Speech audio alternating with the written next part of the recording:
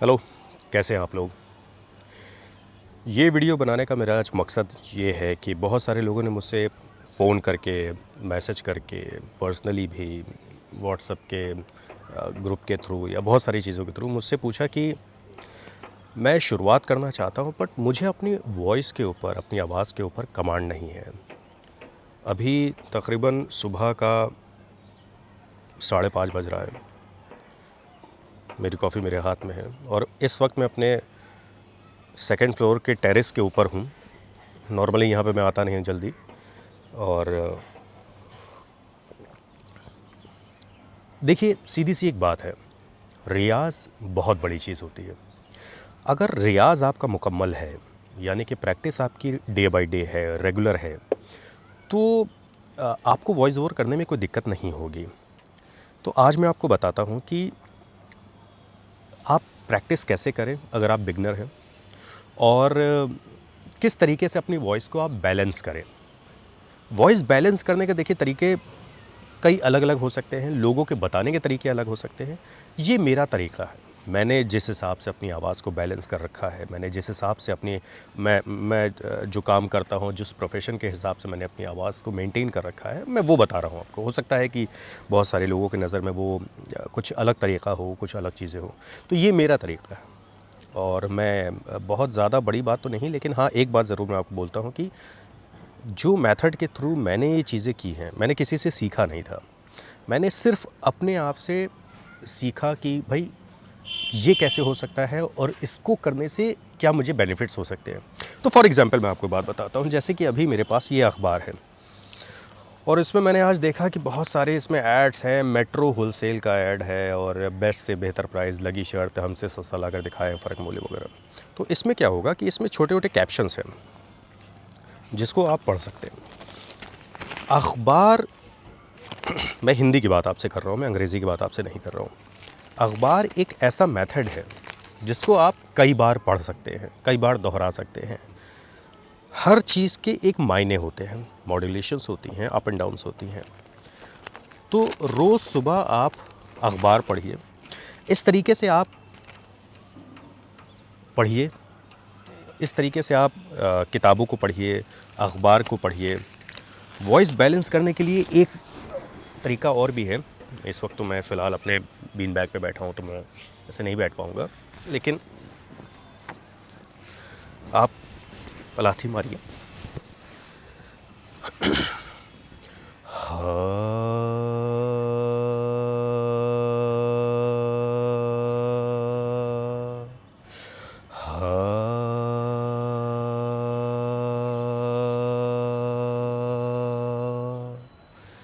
ये ऐसे आप जितना ज़्यादा करेंगे, आपकी आवाज़ बैलेंस होती चली जाएगी। आपकी आवाज़ में एक ग्रेविटी पैदा होगी, आपकी आवाज़ में एक बेस पैदा होगा। आप जब कोई वर्ड बोलेंगे, आप कोई शब्द का उच्चारण करेंगे, प्रोनंसिएशन उसका करेंगे, तो क्लियर निकलेगा। क्यों? क्योंकि आपने अपनी आवाज़ को बैलेंस किया है। तो बैलेंस करने के बहुत सारे अपने अलग अलग तरीके हैं। बहुत सारे लोग घड़े में मुंह डाल के पढ़ते हैं, मुझे नहीं समझ में आता क्यों। बहरहाल उनका अपना एक तरीका होगा। तो अब कमर्शियल्स ऐड हो गए। अब कमर्शियल्स ऐड में अगर आप पढ़ें तो बेस्ट से बेहतर प्राइस, लगी शर्त, हमसे सस्ता लाकर दिखाइए, फ़र्क मूल घर ले जाइए। तो ये छोटे छोटे एड्स होते हैं जिसको छोटे कैप्शन बेसिकली बोले जाता है। Bunch of thoughts, mister Gwalikar. तो ये इस तरीके के हैं। ग्वालिकर की किताब के बहाने हिंदुस्तान, आस्था का वीज़ा, क्या अच्छा क्या बुरा, जगत में दौड़ू जड़ीले, परिवहन की मुख्य धारा बनेगी नदियों का प्रवाह। परिवहन की मुख्य धारा बनेगा नदियों का प्रवाह।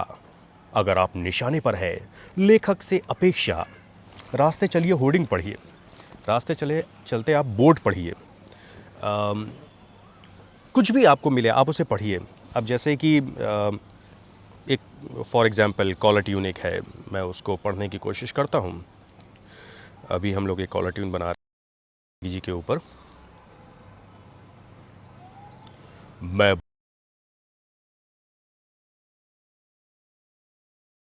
अपने देश का सच्चा सेवक, मैं वादा करता हूँ आपसे, आपकी हर परेशानी में हर वक्त आपके साथ रहूँगा और उत्तर प्रदेश के सभी व्यापारियों का हर दुख सुख में साथ दूंगा। किसी भी तरह से होने वाली परेशानी आप मुझसे बताएं। आपका भाई, आपका दोस्त हमेशा आपके साथ रहेगा। ये मेरा आपसे वादा है। व्यापार नहीं गिरने दूंगा, व्यापारी नहीं मरने दूंगा। मैं देश का सच्चा साथी हूँ, मैं देश का सच्चा साथी हूँ। तो एक तरीका ये भी है। तो बेसिकली ये मैं नहीं बोलूँगा, ये जिनका है वही बात करेंगे। और भी बहुत सारी चीज़ें हैं, जैसे कि मैं सुबह जब आता हूँ तो मैं अपना लैपटॉप ऊपर ही ले आता हूँ ताकि कुछ मैं लिख सकूँ। अब ये तो मिर्ज़ा गालिब साहब की मेरा तो लिखा हुआ नहीं है। हज़ारों ख्वाहिशें ऐसी कि हर ख्वाहिश पे दम निकले। बहुत निकले मेरे अरमा, लेकिन फिर भी कम निकले। डरे क्यों मेरा कातिल, क्या रहेगा उसकी गर्दन पर।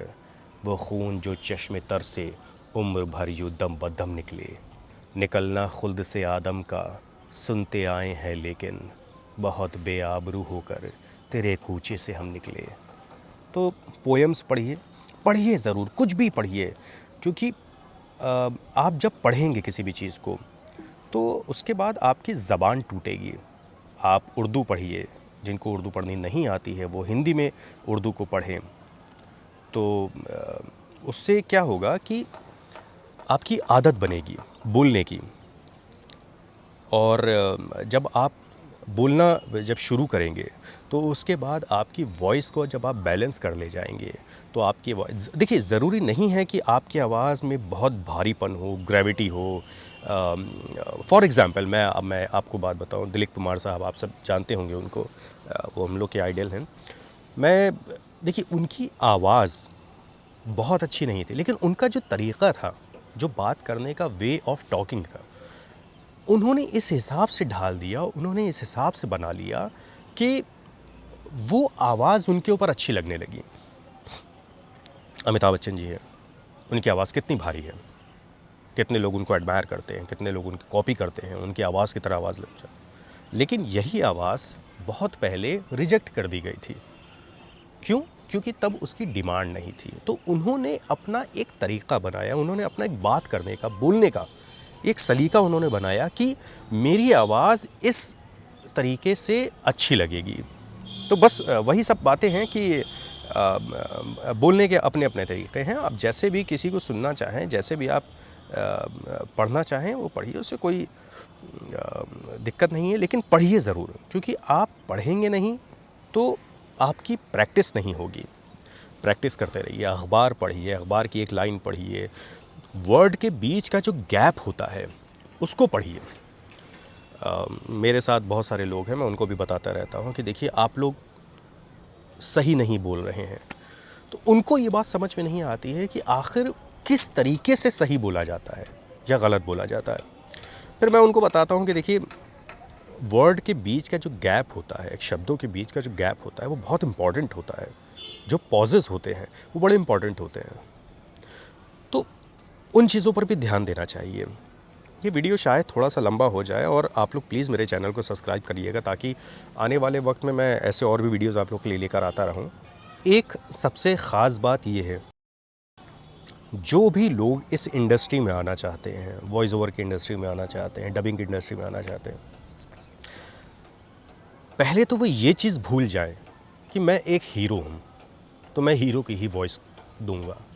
मैं एक सेकंड लीड की वॉइस नहीं दूंगा।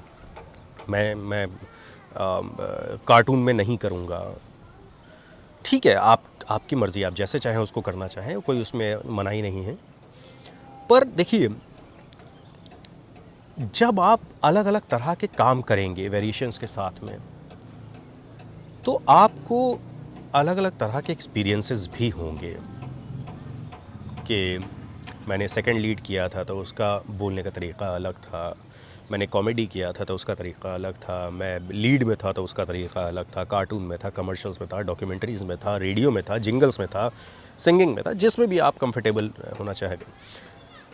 काम ज़रूर करते रहिए। कुछ काम आपको बगैर पैसे के भी करने पड़ेंगे कभी कभी, क्योंकि हम लोग भी, अगर मेरे को सुभाष घई साहब बुलाएंगे तो मैं तो बिल्कुल फ्री में चला जाऊंगा उनके लिए काम करने के लिए। अगर मेरे को करण जौहर बुलाएंगे तो मैं फ्री में काम करने के लिए चला जाऊंगा। लेकिन अगर मेरे को कोई एक सुरेश तिवारी जी हैं, मैं वो बुलाएंगे तो मैं फ्री में काम नहीं करूँगा उनके लिए। फॉर एग्ज़ाम्पल मैंने आपको बात बताया, मैं कोई सुरेश तिवारी है नहीं, मुझे मालूम भी नहीं है और मैं किसी का नाम ले भी नहीं सकता। मैंने जब इस काम की शुरुआत की थी, बेसिकली मैं शुरुआत से ही वॉइस ओवर नहीं करता था। मैं एक एडिटर हूँ, मैं एक फ़िल्म एडिटर भी हूँ और मेरा मेन स्ट्रीम काम वही है। और जैसे कि आप प्रीवियस वीडियोस में भी देख चुके हैं कि मेरा अपना एक स्टूडियो है, छोटा ही सा स्टूडियो है।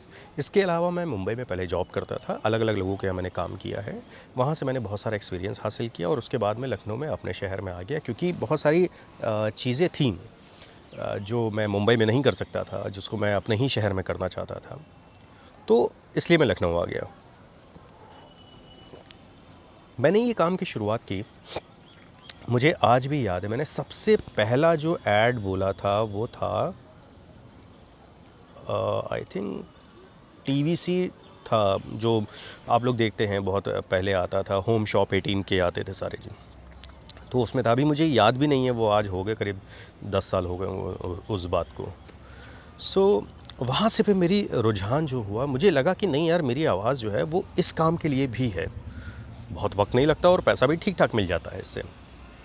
और फिर मैंने धीमे धीमे एडिटिंग के साथ साथ में जब मुझे वक्त मिलता रहा तो मैं लोगों के साथ में बैठता रहा, मैं लोगों के साथ बात करता था, मैं होर्डिंग पढ़ता था, अखबार पढ़ता था, मैं पोएम्स पढ़ने लगा था। फिर उसके बाद में लोग मुझे बीच में बैठा के अखबार सुनते थे मेरी वॉइस से, मेरी आवाज़ से, और उनको बड़ा अच्छा लगता था।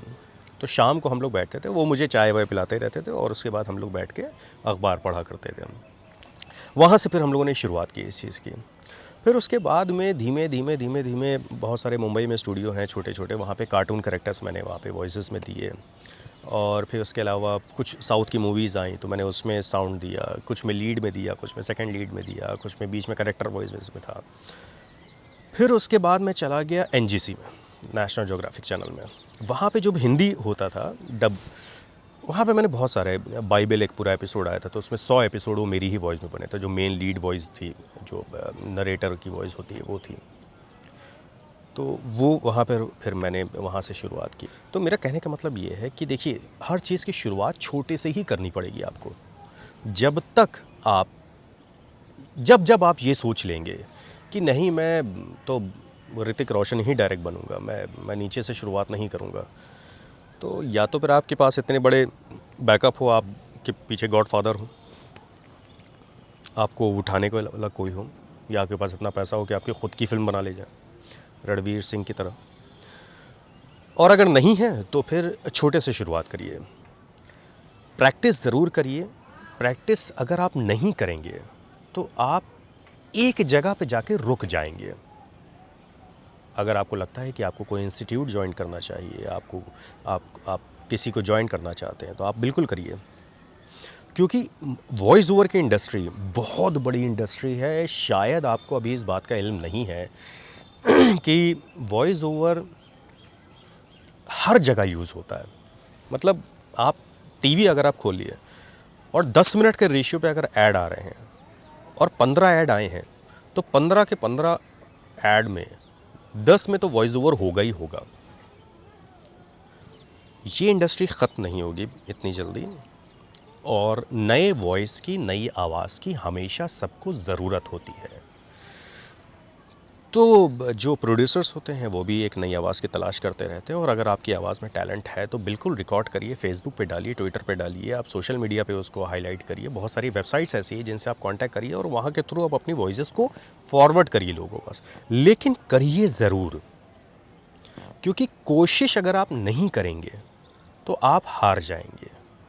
फिर आप आने वाले 20 सालों के बाद ये सोचेंगे कि यार, मैंने ये काम कर लिया होता तो आज मेरे लिए बहुत, मैं भी कुछ हो गया होता। मैंने अपनी ज़िंदगी में बहुत स्ट्रगल किया। उसके बाद जब मुझे मेरा काम का पैसा मिलता था, मैं भूल जाता था मैंने कितनी मेहनत की है। और बस ज़िंदगी इसी तरीके से चलती चली आई। आखिरी बात मैं जाते जाते आप लोगों से यही कहना चाहूँगा कि अपने वॉइसेस से सैंपल बनाइए, मुझे सेंड करिए amustudios1@gmail.com पर। आप मुझे भी भेजिए, मुझे भी ज़रूरत होती है नई साउंड की। लेकिन प्लीज़ प्रैक्टिस करिए। कोशिश अगर आप नहीं करेंगे तो दिक्कत हो जाएगी। कोशिश करिए कि आप काम ज़रूर करिए, क्योंकि इस दुनिया में कोई भी ऐसा काम नहीं है जो नहीं हो सकता, बिल्कुल हो सकता है। अगर आप कोशिश करने से हार जाएंगे तो नहीं होगा। कोशिश करके हारिए तो अब लगेगा कि हाँ यार, मैंने कोशिश तो की थी, उसके बाद नहीं हो पाया, वो ऊपर वाले की खुदा की मर्ज़ी थी जो नहीं हो पाया। तो अपने जहन में ये फ़िक्र ज़रूर लाइए कि मैं कोशिश करूँगा एक वॉइस ओवर आर्टिस्ट बनने की। और डिस्क्रिप्शंस में मैंने नीचे अपना फ़ोन नंबर भी डाला है। प्लीज़ मुझे आप लोग बहुत ज़्यादा फ़ोन रात में 8 बजे के बाद तो बिल्कुल भी फ़ोन ना करा करिए, क्योंकि मैं फ़ोन नहीं उठा पाता हूँ आप लोगों का या किसी का भी। अनफॉर्चुनेट होता है क्या है कि फिर इतने फ़ोन आने लगते हैं कि मेरा काम का फ़ोन भी फिर नहीं आता है। तो पहले मुझे एक मैसेज कर दीजिएगा कि मैं आपसे बात करना चाहता हूँ, चाहती हूँ, ताकि मैं आपके लिए एक वक्त मुअय्यन कर सकूँ, एक वक्त मैं आप लोगों के लिए निकाल सकूँ कि इस वक्त पे हम लोग बात करेंगे आपसे। फिर आपकी जो भी प्रॉब्लम होगी उस प्रॉब्लम को मैं सॉल्व करूँगा। और जो लखनऊ में लोग हैं वो प्लीज़ मुझे कांटेक्ट करें, क्योंकि मुझे अभी बहुत सारी मेरे कमर्शियल्स आने वाले हैं और आ रहे हैं जो चल रहे हैं, तो मुझे अब नए नए साउंड्स की ज़रूरत होती है, तो बिल्कुल आप मुझे दीजिए। और बस do what ever you want, जो मर्ज़ी आप आए वो करिए, कोशिश ज़रूर करिए। खुदा हाफिज़। अब मैं नीचे जाता हूँ और पूरे दिन की जो शुरुआत कैसे करनी है उसकी तैयारी करता हूँ। Thank you.